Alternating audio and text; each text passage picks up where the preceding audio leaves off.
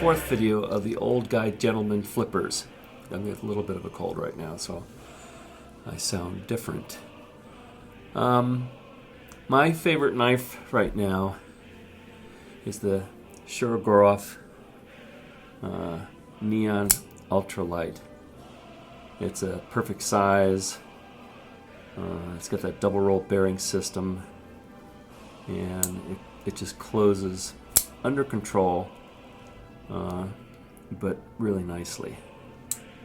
So having this made me think I need to step it up a bit, dig around for some more money, and get the 95T.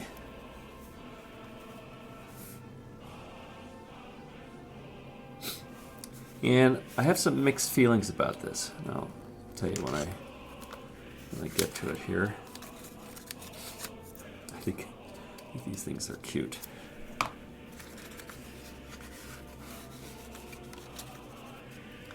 It's funny, you know, they send these microfiber cloths for it, but I really don't want to use it. The other ones I've got all have just a little bit of dust or something on them. In any case, the knife, it's stonewash. It's called the F95T 3 Bears, and I'm not sure why it's called 3 Bears, except maybe because it has three rows of bearings in it, which, by the way, means it's 21 bearings per side. They're held in the cage, but they're loose in the cage for a total of 42 little bearings. But I have taken this apart to clean it, lube it a little bit. And I think I may have to do a little bit more work on it. Oh, and I also did sharpen it. I didn't get... Well, that makes it look like it's a really sharp mirror blade, but it still has a few scratches in it. Get up a little bit closer. You can kind of see them there.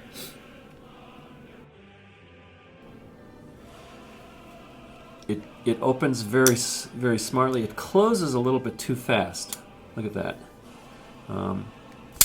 Maybe that's okay. Makes me a little nervous. Yeah, I'll just do a quick.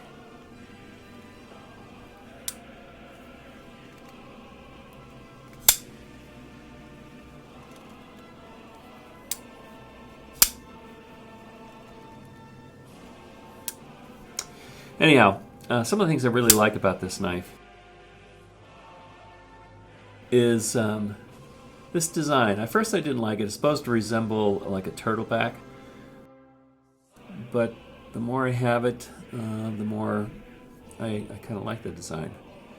It's got a cool pocket clip on it. It is machined titanium. Let's see if you can see how that... It basically has one edge right here that's doing the holding, but it works pretty well in my pocket because it has a nice ramp in there. The steel on this thing is M390, which I have found to be a sharp and friendly, hold your edge kind of steel. So it didn't take me too long to put this kind of edge on it. I'm a little surprised these things don't come razor sharp. It was sharp, but not as sharp as it is right now. The flipping action, it takes a little bit of effort. And maybe that's just because it's a big blade. The flipping action basically is defined by the design of the detent hole and the ball in here and how it fits. Someone on Blade Forums suggested I get in there and squeeze the ball in a little bit further. I may do that at some point, but I've done that other knives successfully, but overdid it on one knife, and when you do that, it's hard to recover. You have to get a bigger ball, drill a different hole in it, and I don't want to do that to this expensive knife. So it looks good, but one of the things that I don't like, but maybe I'll get used to it, is the size of this thing. It's huge. I think it's listed at 3.74 inches, but it's not clear to me how they get that. Okay. Yeah, I don't. It's just short of 4 inches is the way I look at it. And it just looks like a big scary knife. I mean, I mainly use these things for EDC, and for me that means cutting open packages or cutting up some food, although this would be a great food cutting knife, and other miscellaneous uses of it. But I'll show you what I mean by size here. This is my favorite knife, although now this is feeling kind of too light, too dinky, so I guess it's all relative. It's quite a bit larger. Both handle, total length, and blade length. One nice thing is that it still feels relatively light, and let's see if you can see this, but inside there they have milled out, pretty intricately milled out wherever they could, titanium, and still maintain the structural integrity of the titanium. So I think that's pretty neat. Previous to this, I think a couple of my longer knives, and this is the Liang Ma Warrior 1 version 2. I used to think this was a big knife, but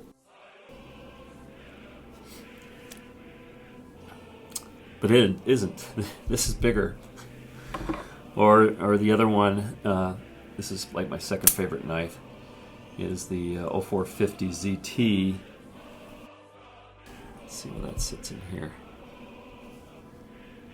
So I might be a 3-inch knife kind of guy, or whatever these are, 3.5 inches. And it's funny how an extra half an inch or quarter inch seems to make a really big difference. But I think it's not just the blade, it's also the handle. But I'm not going to sell it. I'm going to keep it for a while. These other knives I can pull out of my pocket pretty easily, and I'll get a few looks and stares. But if I'm in a restaurant and I'm using it to cut up some food or something like that, and I pull this thing out of my pocket, it just seems like a big knife. And again, like I said, it's all relative. Some more about the design features. It does fit very nicely in my hand. One of the problems I had with this knife, which is kind of interesting, is that there is some, I guess this might be unusual, but they had to machine this titanium pretty close to the edge, and what they got was there were a bunch of little sharp edges, to the point where when I held it in my hand, I could feel that sharp edge right down there. I mean, you'd rub across it and you'd feel it. So I got out some of my fine files and fixed it all, and you'd never know it to look at it that any fixing was done. But now this is a nice knife. My favorite knife,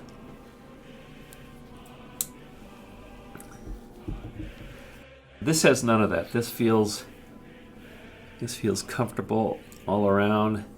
Like I said, a good grip. I think another reviewer, Nick Shabazz, talked about the jimping being way out here. So that's not going to do me a whole lot of good, but I think because of the this flipping shallow area in here, it feels pretty good. I mean, I think also because of the design of this, it stays really well in your hand. It is a beautiful knife, but the flipping action just takes a little bit of effort. but it's not bad. But something in me makes me want to screw around with this and just improve it a little bit. And you have to be careful about that because you could change, if you make it easier to flip, you could potentially also make it easier to come back down, and it's already coming down just a little bit faster than I like. But it's okay. So this is not my favorite knife, but it's probably in my top 3 knives. And maybe as I have it longer, that opinion will change some. What else? Did I miss anything? There's no recurve on the blade, which is really good for sharpening. But this little flat area here, I use a KME sharpener and it wants to grab onto flat stuff if it can. Isn't really enough to do anything. So I had to use, I used tape and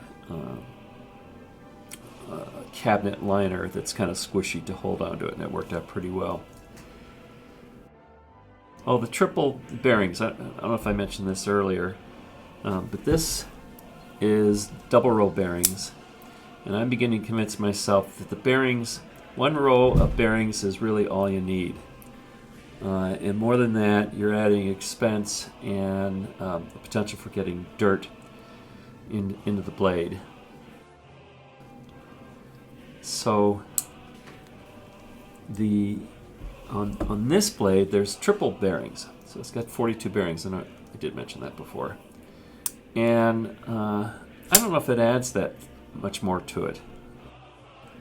I think it detracts from it, other than to be able to say this thing's got 42 bearings. It's kind of like the old Swiss watches where you used to talk about how many jewels were in it.